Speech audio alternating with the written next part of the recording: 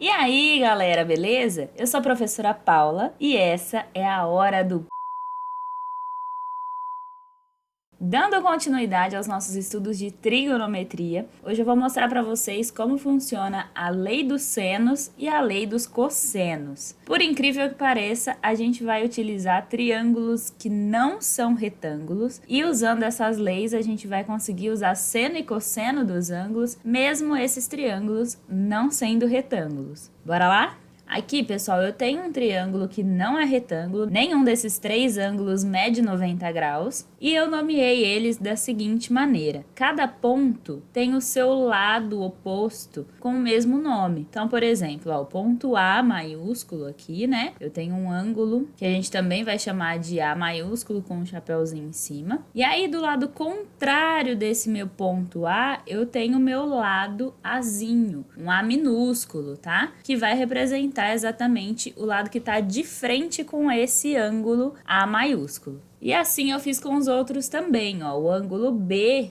né, que tá aqui no ponto B, ele vai estar oposto ao lado Bzinho, que tá lá de frente com ele, tá? E com o ponto C a mesma coisa, né? Eu tenho aqui de verde o meu ponto C e lá de frente com ele tem o meu lado Czinho. Só pra gente saber em relação ao ângulo onde esses lados vão estar. Por isso que a gente nomeia com o mesmo nome, pra gente saber certinho quem é quem. Tá, professora, beleza, né? Nomeei aí o meu triângulo pra gente ver as nossas fórmulas, né? Mas cadê essas fórmulas? Quem são essas duas leis? Como que eu vou usar essas duas leis? Vamos ver agora. Primeiro, a lei dos senos. Obviamente que ela vai estar relacionada com o seno desses ângulos, né? Então vamos ver como que funciona essa lei. Bom, a lei dos senos, ela é uma proporção, né? Eu tô dizendo ali que o meu lado dividido pelo meu seno do ângulo é proporcional, né? Então todos os lados dividido pelo seno do ângulo que está oposto, que está lá na frente dele, vão ser proporcionais. Então, eu vou poder usar, por exemplo, essa igualdade aqui, ó. O lado Azinho dividido pelo seno do ângulo A é igual ao lado Bzinho dividido pelo seno do ângulo B. Também posso usar essa igualdade. O lado Bzinho dividido pelo seno do ângulo B é igual ao Czinho dividido pelo seno do ângulo C. E eu também posso usar o A junto com o C. Azinho dividido pelo seno de A é igual ao Czinho dividido pelo seno de C. O que importa aqui é que a minha divisão seja do lado dividido pelo seno do ângulo que está de frente com ele, aquele ângulo que está na cara dele. Exatamente por isso que a gente nomeou daquele jeito lá no começo. Então, cada um desses lados, dividido pelo seno do ângulo que está de frente com ele, são iguais. E isso é uma relação maravilhosa. Por quê? Vamos supor que eu tenha, por exemplo, a medida do ângulo A, a medida do ângulo B, eu saiba o seno desses dois ângulos e tenho um dos dois lados, né? Ou o lado A ou o lado B. Eu consigo usar essa igualdade aqui e calcular o lado B, mesmo esse triângulo não sendo um triângulo retângulo. Pode usar essa lei no triângulo retângulo também? Pode, não tem problema nenhum, tá? Para qualquer triângulo vale as duas leis. Vamos para a lei dos cossenos?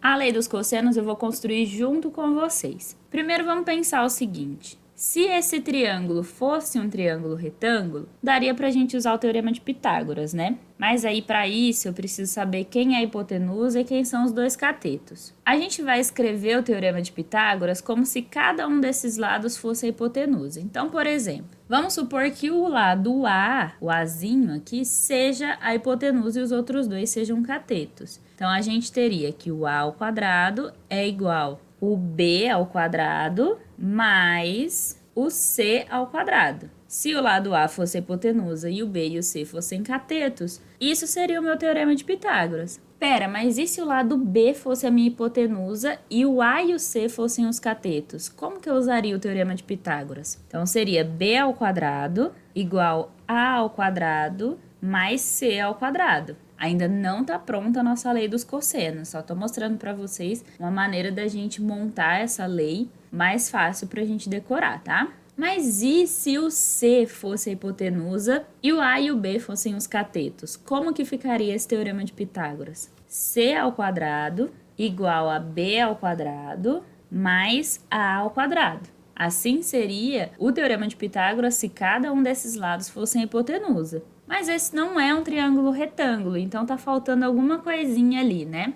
Em cada uma das equações, a gente vai colocar menos 2 vezes os dois lados que estão no segundo membro. Por exemplo, no primeiro caso, menos 2 vezes b vezes c. E ainda não terminou, falta mais uma coisinha. Vamos colocar em cada uma das equações essa parte aí. Então, ó, na primeira ficou menos 2 vezes b vezes c. Na segunda ficou menos 2 vezes a vezes c. E na terceira ficou menos 2 vezes b vezes a. Pera, mas isso é a lei dos cossenos, né? Tá faltando alguma coisa aí. Não tem cosseno em lugar nenhum. Eu vou multiplicar aqui no final também, esse menos 2bc, por exemplo, vezes o cosseno do ângulo que é oposto ao lado A, que é o lado lá do primeiro membro. Então, ó, no primeiro aqui vai ser vezes o cosseno do ângulo A, tá? Que é o ângulo oposto ao Azinho. No segundo vai ser vezes o cosseno do ângulo B. E no terceiro vai ser vezes o cosseno do ângulo C. Repara numa coisa, as três equações na verdade é uma só.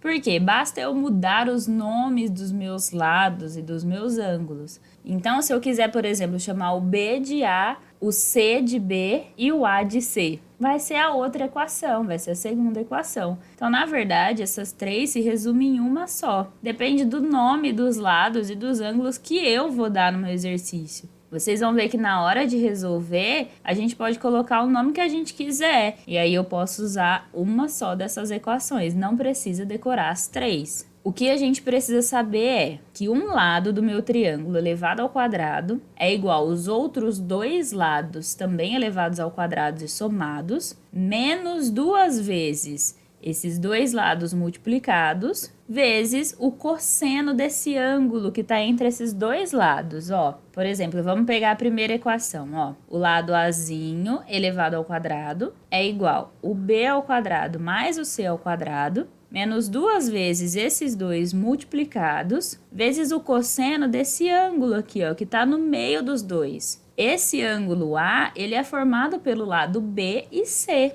Então, é isso que eu preciso saber. A gente vai ver resolvendo o exercício que se o meu exercício estiver envolvendo os três lados e um ângulo, eu consigo usar a lei dos cossenos. E aí, eu vou usar sempre colocando o lado que está oposto ao ângulo que está envolvendo o meu exercício. Posso saber ou não esse ângulo, tá? Pode ser que ele esteja querendo saber esse ângulo ou pode ser que ele te dê esse ângulo. Então, sempre o lado que está oposto vai ser o primeiro a ser colocado aqui, ó. Então, por exemplo, vamos supor que ele me deu esse ângulo aqui. Então, esse lado que está oposto, ele vai ser o primeiro. Os outros dois vão vir aqui depois, tá? Então, a gente pode inclusive fazer o seguinte, sempre que eu tiver os três lados de um triângulo, tá envolvido no meu exercício, posso ter ou posso querer descobrir três lados de um triângulo qualquer e um ângulo. Sempre chama, por exemplo, esse lado que está oposto ao ângulo de A e os outros dois de B e C, porque aí você vai conseguir usar essa primeira fórmula aqui toda vez. Então, olhei lá meu exercício, eu tenho um triângulo qualquer, tô envolvendo os meus três lados. Por exemplo, eu tenho dois lados e quero saber um. E eu sei um dos ângulos, eu vou chamar aquele lado que está oposto a esse ângulo de A. E aí, os outros dois são B e C e eu consigo usar a primeira, beleza? Vamos fazer dois exercícios rapidinho, só para eu mostrar para vocês como que funciona essas duas leis. Vamos lá? Então, vamos supor que eu tenha um exercício que me deu o seguinte. Eu tenho um triângulo que tem dois ângulos, um que vale 45, outro que vale 30, um dos lados vale 5 e o outro é o que eu quero descobrir, o outro é um x, né? Um valor que eu não sei, mas eu quero descobrir. Eu vou usar, nesse caso, a lei dos senos. Por quê? Porque está envolvendo dois ângulos e dois lados. Para eu usar a lei dos cossenos, eu teria que estar envolvendo os três lados. Então, não tem como eu usar a lei dos cossenos aqui, só a lei dos senos, tá? A lei dos senos me dizia que o lado Azinho dividido pelo seno do ângulo A era igual ao lado Bzinho dividido pelo seno do ângulo B, sendo que esse A e B são opostos, né, ao Azinho e Bzinho. Então, vamos supor, por exemplo, que eu chame esse ângulo de 45 de ângulo A e esse ângulo de 30 de ângulo B. Então, o lado que está oposto ao ângulo de 45 é o Azinho e o lado que está oposto ao ângulo de 30 é o lado Bzinho. Vou substituir na minha fórmula, ó. O Azinho vale 5, o ângulo A vale 45, o Bzinho é o X, é o que eu quero calcular, e o B, o ângulo B, é o ângulo de 30 graus. Pronto. Eu sei esses valores, eu sei o seno de 45, eu sei o seno de 30. Vou substituir esses valores e vou resolver essa equação. Tá vendo que eu vou ter uma divisão envolvendo fração, ó, 5 dividido por raiz de 2 sobre 2 e x dividido por meio. Então, eu vou conservar a primeira, né? Aqui no caso eu posso colocar 5 sobre 1 e aqui eu também posso colocar x sobre 1. Então, dos dois lados eu vou conservar a primeira, inverter a segunda e multiplicar as duas. Multiplicação de fração a gente multiplica o de cima com o de cima, o de baixo com o de baixo. Então, aqui, ó, no primeiro membro, 5 vezes 2, 10, e raiz de 2 vezes 1, raiz de 2. Do outro lado, eu vou ter 2x sobre 1. Posso multiplicar cruzado. Então, multiplicando aqui, ó, vou ter 2x vezes raiz de 2 igual a 10. Quero saber o valor de x, então quem está acompanhando ele vai passar para o outro lado dividindo. Ele está multiplicando, né, ó, 2 vezes raiz de 2 vezes x. Então, esse 2 raiz de 2 vai passar para lá dividindo. Posso simplificar? Posso dividir o 10 por 2 e o 2 raiz de 2 por 2? Posso.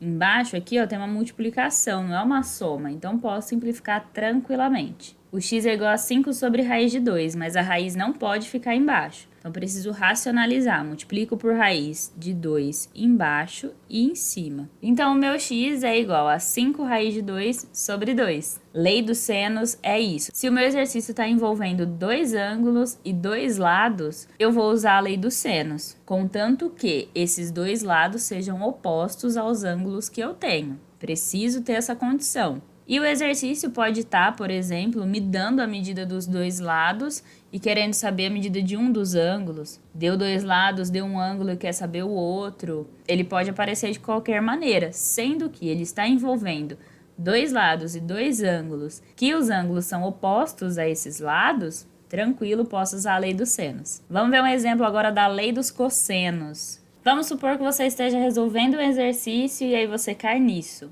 Um triângulo que não é retângulo, tem um ângulo de 60 graus, dois lados, um vale 8 e o outro vale 12, e eu quero descobrir o meu terceiro lado.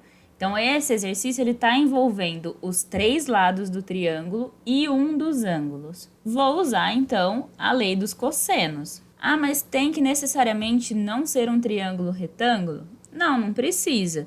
Acontece que quando for um triângulo retângulo, você vai cair no Teorema de Pitágoras normal. Lembra do nosso combinado, ó, nosso ângulo está desse lado aqui, é o meu ângulo de 60 graus. Então, esse lado que está ao contrário do meu ângulo, está de frente para o ângulo, eu vou chamar ele de Azinho, lá nas nossas fórmulas, tá? Então, os outros dois lados são Bzinho e Czinho. E esse ângulo aqui é o ângulo do ponto A. E aí, com isso, eu consigo usar de cara a primeira equação. Não preciso ficar olhando para as três e vendo qual que eu vou usar. Basta eu chamar o lado que está contrário a esse ângulo de Azinho. E aí, o resto dá tudo certo. Essa era a nossa primeira fórmula, né? Azinho ao quadrado igual a Bzinho ao quadrado mais Czinho menos 2BC vezes cosseno de A. Como o único ângulo que eu sei é esse A, então eu preciso usar a fórmula que tem o cosseno desse ângulo. Por isso que a gente chama sempre o lado oposto de Azinho, consequentemente esse ponto de A, esse ângulo de A também. Então vamos lá, vamos substituir os valores, ó. O A é o meu X, né? É o que eu quero descobrir. O B vale 12 e o C vale 8. E o meu ângulo A é o ângulo de 60 graus. Bora resolver todas essas potências e multiplicações. Lembra que o cosseno de 60 a gente sabe quanto vale, ele vale meio.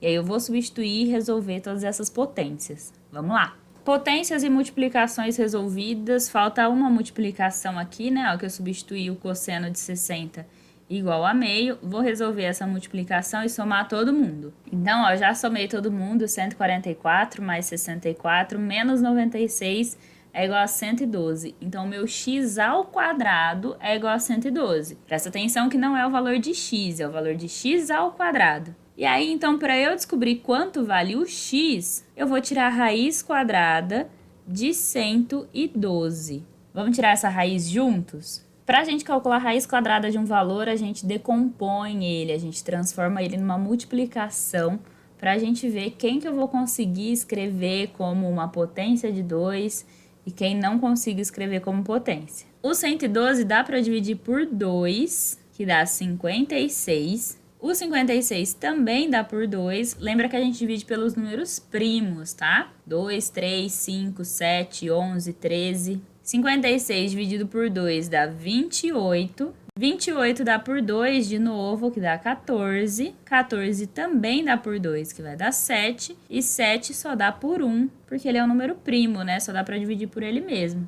Então, esses valores que ficaram aqui à minha direita, se eu multiplicar todos eles, eu vou chegar no 112. Então, o 112 é igual a 2 vezes 2 vezes 2 vezes 2 vezes 7. Quando eu tenho 2 vezes 2, eu posso escrever 2 ao quadrado, não posso? Então, o 112 é a mesma coisa aqui. 2 ao quadrado vezes 2 ao quadrado vezes 7. Então, a raiz de 112 é a raiz quadrada de 2 ao quadrado vezes 2 ao quadrado vezes 7. E aí, quem tem esse quadrado, quem tem o 2zinho lá na potência, ele consegue sair da raiz. Por quê? Raiz quadrada de um número elevado ao quadrado é igual a ele mesmo. São duas operações contrárias, eu posso cancelar. Cancelo a raiz com a potência. Então, esses dois que estão multiplicando aqui dentro da raiz, eles vão sair da raiz. Só que o 7 continua lá dentro, ele não conseguiu sair porque ele não tem a potência de 2. E aí, 2 vezes 2 é 4. Então, o meu x é igual a 4 raiz de 7. Eu esqueci a unidade de medida no outro, mas aqui eu não vou esquecer. Não esqueçam da unidade de medida, 4 raiz de 7 centímetros. E é assim que a gente usa a lei dos senos e a lei dos cossenos. Espero que tenha ajudado vocês, que vocês tenham gostado. Eu vou ficando por aqui. Não se esqueçam daquele nosso praxe de todos os vídeos. Se inscrever, compartilhar, principalmente compartilhar, né? Manda para os amigos. Olha, lembra aquele conteúdo que a gente vai cair na prova e a gente não lembra, a gente não conseguiu estudar direito. Tá aí, assiste essa videoaula que vai dar tudo certo. Muito obrigada pela companhia de vocês. Espero vocês semana que vem, hein? Um beijo e até mais!